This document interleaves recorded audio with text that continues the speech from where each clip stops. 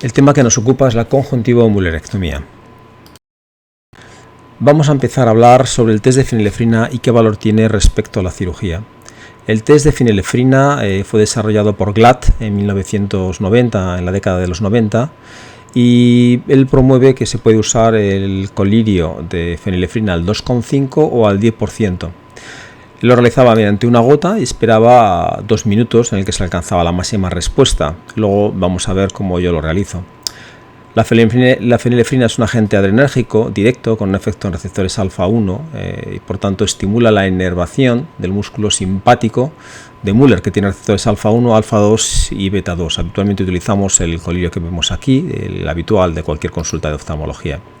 Yo suelo esperar habitualmente 10-15 minutos, ya que se producen respuestas lentas, como veremos a ver en los siguientes pacientes, y por tanto hay que esperar un poquito más para evaluar correctamente dicho test.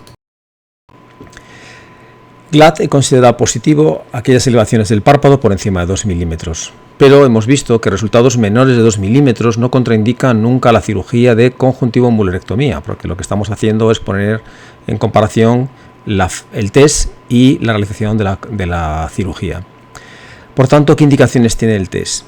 Pues vale para valorar qué tipo de cirugía vamos a emplear, si va a ser una conjuntivomuler por vía posterior o una intervención por vía anterior con acceso al elevador. Nos va a poder también desenmascarar tosis contralaterales mediante la ley de Herim, y es muy útil en aquellos pacientes que nos vienen puramente cosméticos con dermatocalasias y con microtosis o pequeñísimas tosis que habitualmente no íbamos a operar. Pues es muy útil utilizar el test de la fenilefrina para valorar la posible asociación de nuestra blefaroplastia con una conjuntivomulerectomía. Por tanto, ante la menor duda, yo siempre hago un test de fenilefrina en todos los pacientes, tengan el tipo de tosis que tengan.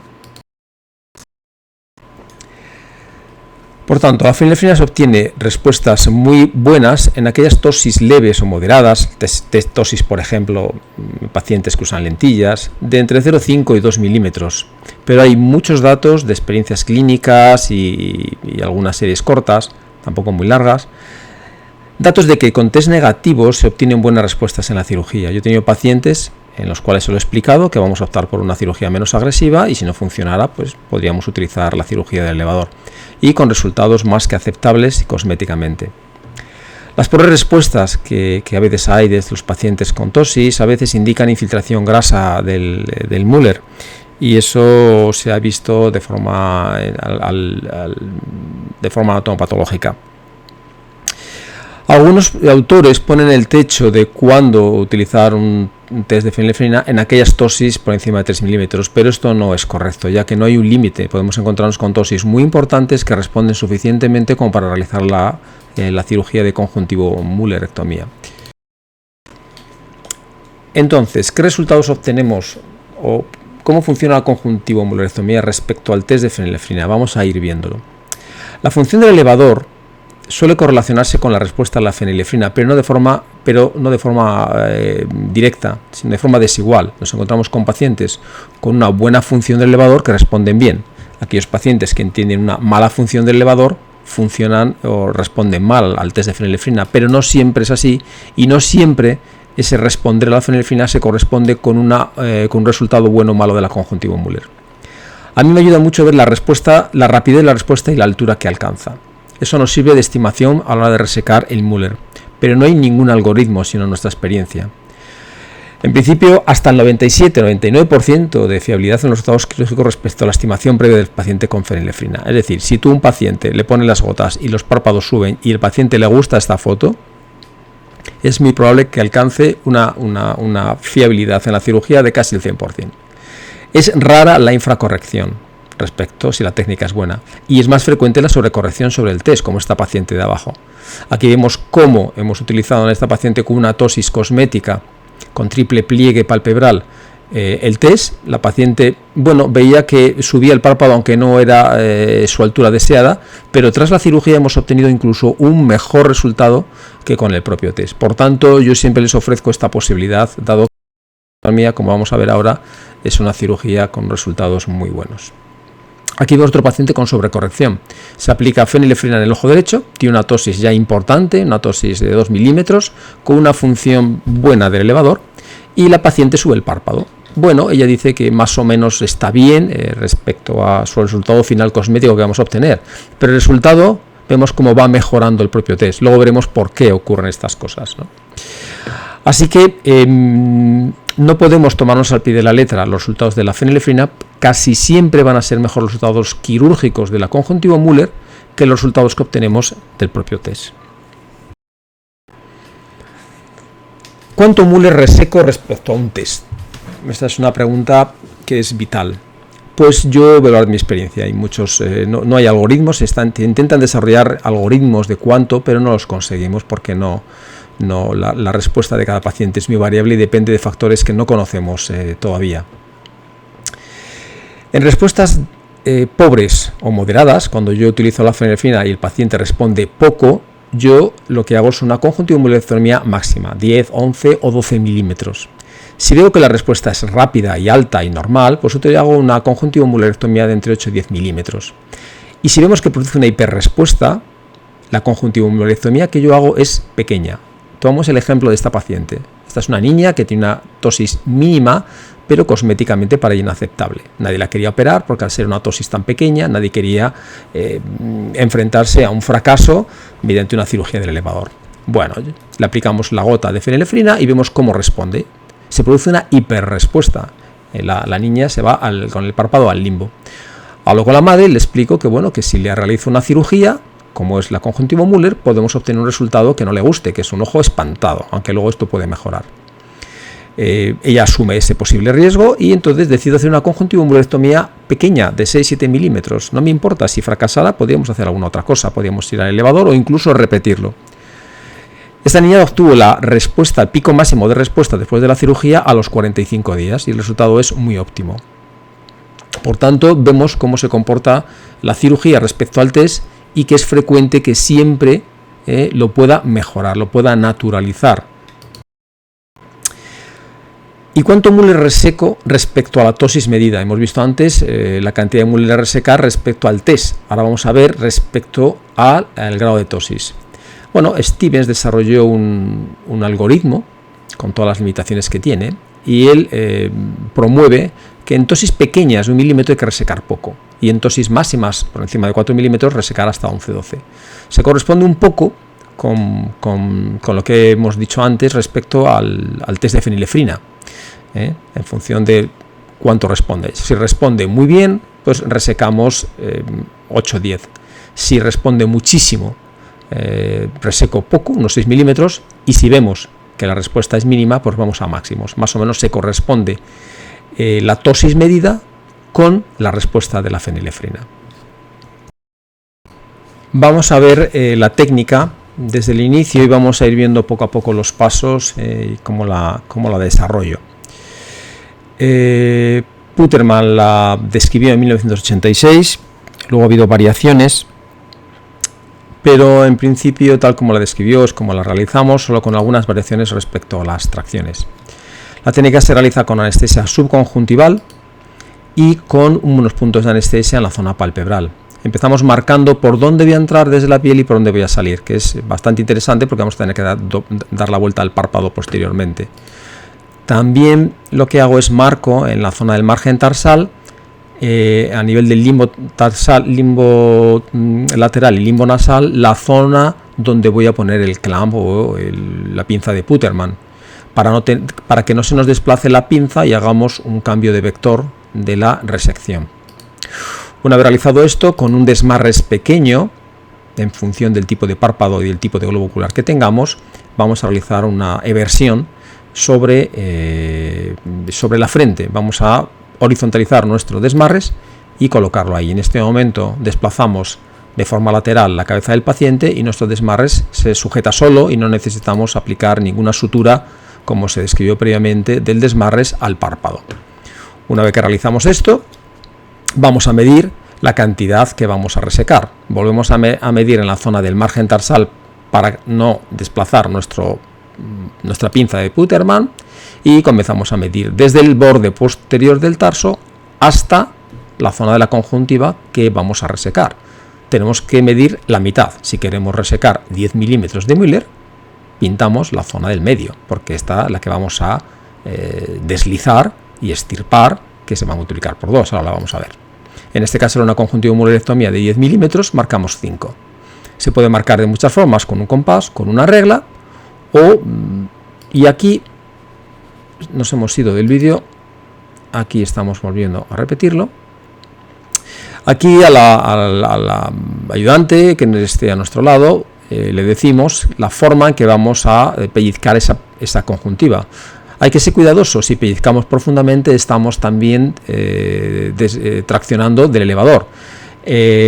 La pinza debe coger estrictamente la conjuntiva, un poquito la conjuntiva y traccionar de ella, porque el mueble está íntimamente pegado a ella. Si en el momento en que nosotros pellizquemos la conjuntiva, lo que hacemos con la pinza de desmarres es verticalizarla. Cuanto más vertical esté, más podemos deslizar nuestra conjuntiva y mejor podemos aplicar la pinza de Puterman. Vamos a verlo. Esto es lo que le decimos a nuestro instrumentista. Con unas pinzas finas pellizcamos y soltamos o verticalizamos, no hace falta soltar directamente la pinza de Puterman, verticalizamos la pinza y nuestras dos pinzas están traccionando la conjuntiva, donde vamos a aplicar ahora mismo la pinza de Puterman. En un congreso reciente virtual he visto hacer una maniobra que me ha interesado mucho a la doctora Verónica Rodríguez de Basurdo en Bilbao, y la vamos a reproducir también en este vídeo. Aquí volvemos a marcar, hemos pintado el borde de nuestra cinta métrica, de nuestra regla, y marcando sobre la conjuntiva vemos exactamente la distancia a la que queremos pellizcar nuestra conjuntiva. Aquí lo estamos haciendo, vemos el desmarre, como está haciendo tensión, y ella lo que utiliza es una aguja retrovulvar, o la aguja retrovulvar es mejor porque es menos traumática, como se introduce en el nivel de la conjuntiva y supuestamente el Miller que está debajo, y traccionamos de ella. Al traccionar de ella no necesitamos un ayudante, una segunda mano, prácticamente es una cirugía que podemos hacer nosotros solos, y de hecho es una cirugía que se puede hacer solo con un solo cirujano, sin ayuda externa. Aquí vemos cómo levantamos nuestra conjuntiva. Es un juego entre el desmarres y la conjuntiva para aquí realizar esto. Estamos traccionando de la conjuntiva y el Müller. Esta línea azul sería el borde del tarso, estos 5 milímetros que son lo que nosotros hemos considerado para extirpar, y aquí vamos a aplicar nuestro clamp o nuestra pinza de Puterman. Por lo tanto, estamos realizando la cirugía con una sola mano. Bien, seguimos con nuestro vídeo. Aquí clampamos con la pinza de Puterman. Se puede hacer también con una pinza de mosquito, con un coger, y comenzamos a suturar. Aunque aquí en el vídeo se ve al revés, luego lo veremos en los pequeños tips. Hemos empezado a suturar desde el lado derecho hacia la izquierda. Luego os diré que esta no es la mejor opción, porque se nos van a cruzar las pinzas. Comenzamos a entrar desde la piel con una aguja, que luego veremos qué tipo de aguja es, que es muy importante para la cirugía, y desde la piel pasamos por debajo del tarso al salir a la zona inferior de la conjuntiva. Es fundamental el tipo de aguja, luego os diremos qué aguja y por qué la empleo. ¿Veis cómo sale? Y se realiza una sutura continua. El siguiente paso hemos pasado desde la piel por debajo del Puterman. La siguiente sutura será ya por debajo de la pinza de Puterman, prácticamente rozándola y no pellizcando el tarso. Si nosotros cortamos tarso, convertiremos la conjuntiva mulerectomía en una cirugía de fasanela. Y en principio no nos interesa realizar ese tipo de técnica. Aquí vemos cómo hacemos diferentes pases. Hay autores que hacen un pase de izquierda a derecha y otro de derecha a izquierda, es decir, la entrecruza en X. Nosotros solamente hacemos uno, es muy rápido, simplemente una sutura continua. La seguimos pasando. No debemos pellizcar el tarso, aunque no pasaría nada si el tarso lo pellizcamos, con tal de intentar no cortarlo. Y el último paso que vamos a ver ahora, realmente en 5 o 6 pases son suficientes, y el último lo realizamos para externalizar la piel. Y vemos cómo aquí vamos a salir ya hacia la piel. ¿Qué pasa? Que hemos empezado de la derecha a la izquierda. Nuestra porta se va a cruzar con nuestra pinza de Puterman y cuesta un poco. Si encima tenemos una aguja que no es la adecuada, podemos tener muchos problemas, y la aguja, en vez de salir atravesando toda la conjuntiva hacia la piel, puede externalizarse antes o puede salir por delante del tarso. Por tanto, es mucho mejor empezar siempre de izquierda a derecha, evitando ese cruzamiento final. Aquí nos cuesta un poco y salimos por el punto, por eso hemos pintado, porque nos ayuda mucho como marca para ver dónde estamos saliendo. Bien, hemos salido donde hemos deseado, por debajo de todas estas estructuras, por debajo del tarso. Es frecuente al principio que podamos salir por encima del tarso en esta zona, por eso hay que tener cuidado con el tipo de aguja y hacerlo, como os he dicho, de izquierda a derecha, porque de esa manera evitamos este cruzamiento y esta dificultad. Bien, una vez realizado esto, viene la parte más delicada, que es realizar una tracción. Realizamos una tracción importante al paciente le decimos que le va a molestar de la pinza de Putterman, estiramos de ella y le decimos a nuestro ayudante o nosotros con los dedos estiramos de los prolenes. Y con un bisturí, con una hoja de bisturí, tenemos que cortar toda esta estructura de Müller y conjuntiva. Y como hay que cortarlo con el filo del bisturí, tocando metal contra metal, tocando nuestra pinza. Tenemos que sentir cómo se va raspando toda la pinza para evitar cortar la sutura. Si la cortamos tendríamos una complicación y luego veríamos cómo la resolvemos, que también puede pasar de una forma fácil. Ponemos a tensión nuestro prolene, aquí lo estamos viendo, y estamos cortando toda la estructura de conjuntiva y Müller, y en principio la cirugía termina. Cuando realizamos este corte se produce un sangrado a veces leve, no hay que asustarse, el Müller sangra mucho, simplemente comprimimos un poco el párpado unos minutos y deja de sangrar. Anudamos, o bien con unos esparadrapos o unos Steri-Strip, o anudamos directamente. Si hubiéramos realizado una blefaroplastia, primero realizamos la blefaroplastia y después realizamos la conjuntivo-Müllerectomía del mismo modo. Y a la hora de cerrar la piel, podemos cerrar la piel incluso con los extremos del prolene. Podemos utilizar nuestra aguja de prolene y cerrar toda la piel de nuestra blefaroplastia. No tiene muchas ventajas, nada más que el ahorro de una sutura de seda o monofilamento. Mi consejo es que se realice la sutura independiente de la blefaroplastia de la sutura del prolene. Y realmente el vídeo está prácticamente editado en tiempo real. Puedes tardar 7-10 minutos en hacer esta cirugía con una anestesia muy suave. Es muy útil, por tanto, hacerla en niños. Vamos a ver, por tanto, qué ventajas tenemos, qué ventaja nos ofrece esta cirugía.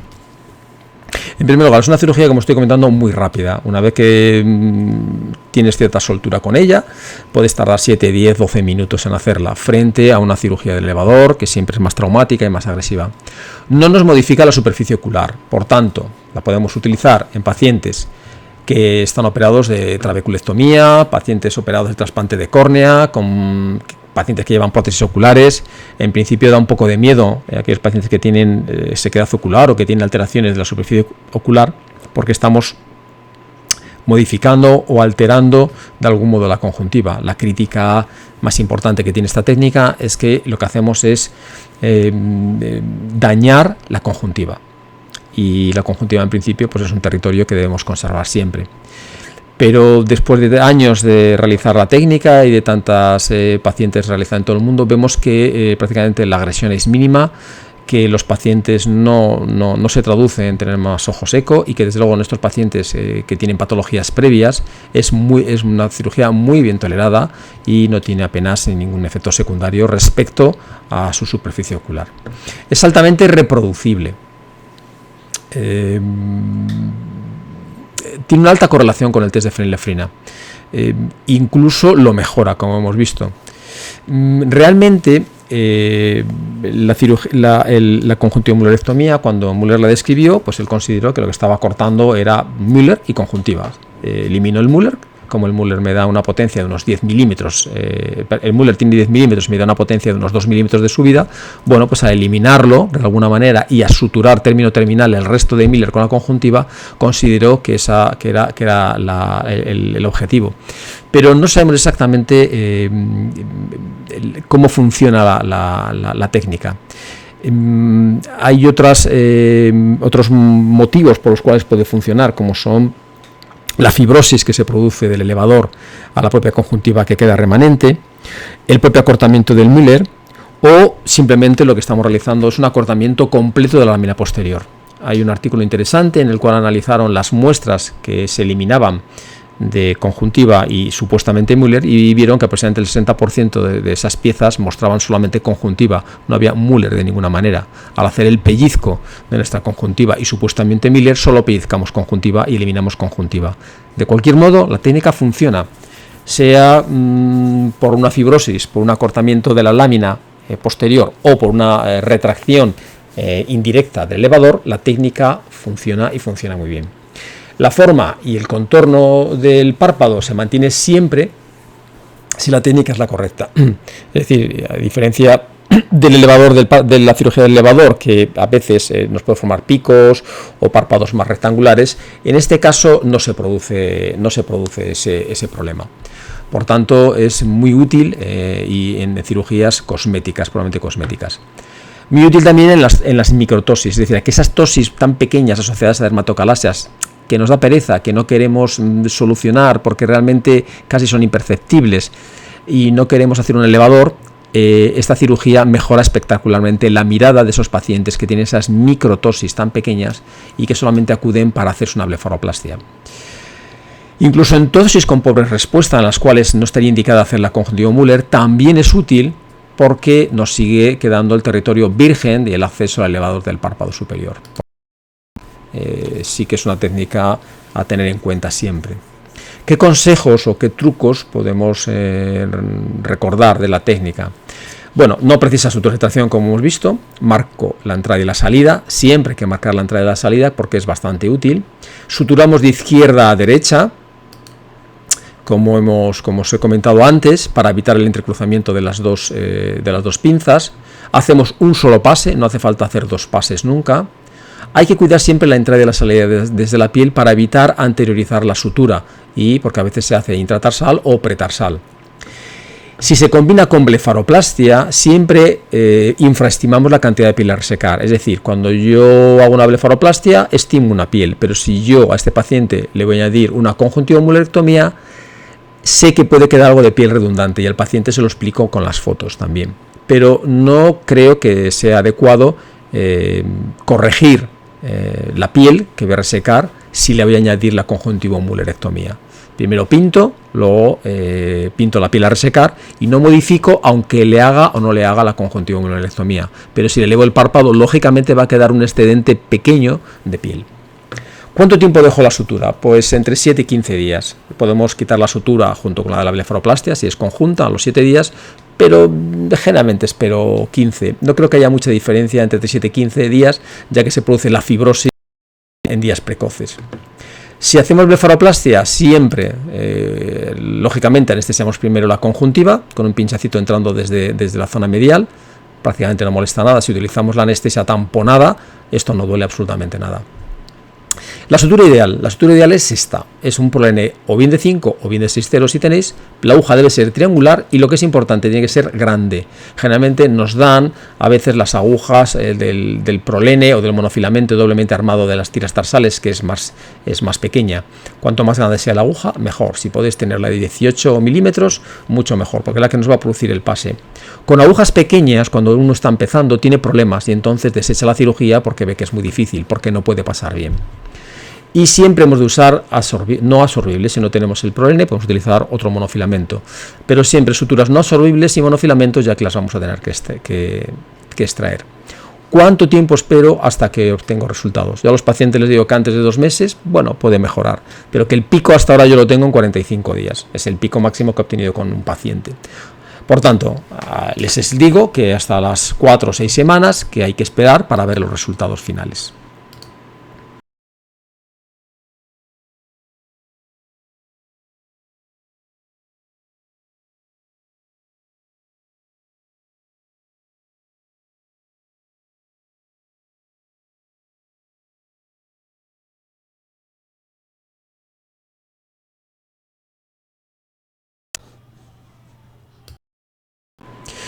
Esta es otra niña de 12 años que, bueno, estaba siendo sometida a bullying en su colegio por esta tosis tan importante. una tosis congénita, tenía una función buena del elevador, con un test de fenilefrina muy bueno. Se realizó una conjuntivo Müller de 11 milímetros, se mantiene estable después de 9 años, sigue manteniéndose estable en el tiempo, en altura y en contacto. Es una tosis moderada, con una función ya moderada también del elevador, asociada a un estrabismo que había sido operada. El test de fenilefrina fue muy adecuado y lo que realicé fue una conjuntivomulerectomía de 11 milímetros. Tiene encima un poco de heterocromía y bueno, pero el resultado cosmético es muy aceptable. Esta otra paciente presentaba una tosis moderada con un surco muy alto y lo asoció a una blefaroplastia conjuntivo Müller de 11 milímetros, una conjuntivomulerectomía muy extrema, ¿no? Esto es un caso interesante, es un niño que tiene, bueno, pues una retracción del párpado inferior con un escleral-Shaw, tiene una tosis moderada, importante en el ojo izquierdo, con doble pliegue, en un principio un aspecto, bueno, es congénita, un aspecto miogénico, y que prácticamente pues todos iríamos a un elevador. Bueno, le hizo un test de fenilefrina, el resultado en la fotografía era adecuado para el paciente y para los padres, y decidimos hacer esta cirugía explicando que siempre tenemos la opción de ir por vía anterior. Este es el resultado de una conjuntivomulerectomía de 11 milímetros en ambos ojos, con resultado a los 3 años. El surco se modifica solo al subir el párpado, no hubo que realizar ni blefaroplastia, por supuesto que no, ni creación de nuevo surco. Y como digo, los resultados se siguen manteniendo de años. Esta es otra chica interesante porque te presentaba un síndrome de Marcus-Gunn. Ya sabemos que los síndromes de Marcus-Gunn asocian tosis difíciles de tratar. Y yo le dije, ya mira, no te voy a hacer la técnica descrita para un Marcus-Gunn, con eliminación de las inervaciones, hacer una suspensión frontal, y le ofrecí la conjuntivomulerectomía porque ella lo que quería es verse cosméticamente bien. Sabía que seguía teniendo el mismo reflejo, pero por lo menos habitualmente ya tenía su tosis corregida. Y el resultado fue bueno con una conjuntivo Müller de 11 milímetros. Este es un caso también muy interesante. ¿Por qué? Porque la tosis es leve, muy pequeña. Lo que tenemos aquí realmente es una profundización del surco y un triple pliegue. El test de fenilefrina era adecuado, aunque no era todo lo adecuado que la paciente quería. Pero le ofrecí la conjuntivo Müller, el resultado este es al año. Vemos como infraversión el triple pliegue también se ha corregido levemente y el resultado para ella es muy satisfactorio. Normalmente aquí que hubiéramos hecho es extirpar un poco de piel, ir al elevador, subirlo y corregirlo mediante una cirugía de elevador. Pero vemos como la conjuntivo Müller a veces nos sorprende en sus resultados. Esta es otra paciente con una tosis moderada, con unos surcos muy profundos, con un síndrome NA, con un síndrome del sulcus importante, en la que prácticamente iríamos siempre a una cirugía de elevador, con una reposición de grasa en esta zona. Bueno, le ofrecí también lo mismo, y siempre con la opción de poder hacer cirugías anteriores y fracasaba. Como el test de fenilefrina ella se gustó y aceptaba ese resultado, realizamos la conjuntivo Müller de 11 milímetros sin blefaroplastia y el resultado es óptimo para ella. Otra paciente con una tosis moderada, con un sulcus importante, en ella decidimos hacer una conjuntivo Müller de 11 milímetros sin blefaroplastia, evitando acortar piel para realizar una simetría con el otro. En esta paciente es diferente, tenemos una dermatocalasia, unas cejas muy bajas, el test de fenilefrina era bueno, pero no tan bueno como parecía a primera vista.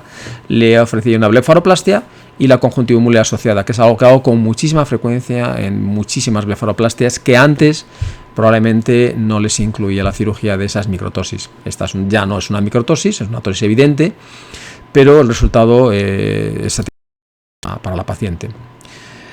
Este es un paciente joven que estaba sometido a un trasplante de córnea de un año de evolución. Hacía un año que se había sido trasplantado en el ojo izquierdo, presentaba esta tosis mecánica importante y todavía tenía los puntos. Entonces decidí hacer la conjuntivo Müller porque el test de fenilefrina era bueno y siempre con la duda de si afectaría o no afectaría la superficie corneal. Habíamos hecho ya más cirugías con problemas de conjuntiva y habíamos visto que funcionaban bien.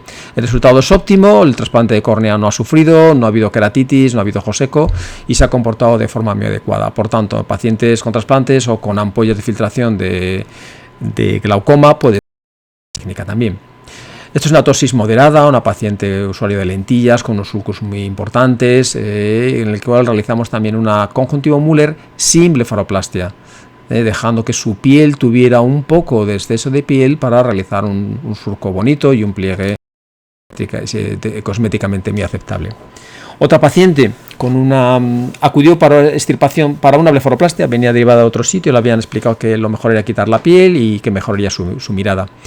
Y lógicamente la paciente, pues le ofrecimos la conjuntivo Müller, de 11 milímetros sin blefaroplastia. Normalmente, ¿qué es lo que pasa con nuestros pacientes? Claro, pacientes tan cosméticos, meterse hacia un elevador que sabes que la fiabilidad es más baja, de 80%, bilateral, entrar por el surco, bueno, pues fijaros lo que es una cirugía por vía anterior frente a una cirugía de una mulerectomía, que son 2 puntos, cirugía de 10 minutos y resultados muy buenos y simétricos. Por tanto, son pacientes ideales para este tipo de cirugía. Y esto es todo lo que os quería decir. Muchas gracias.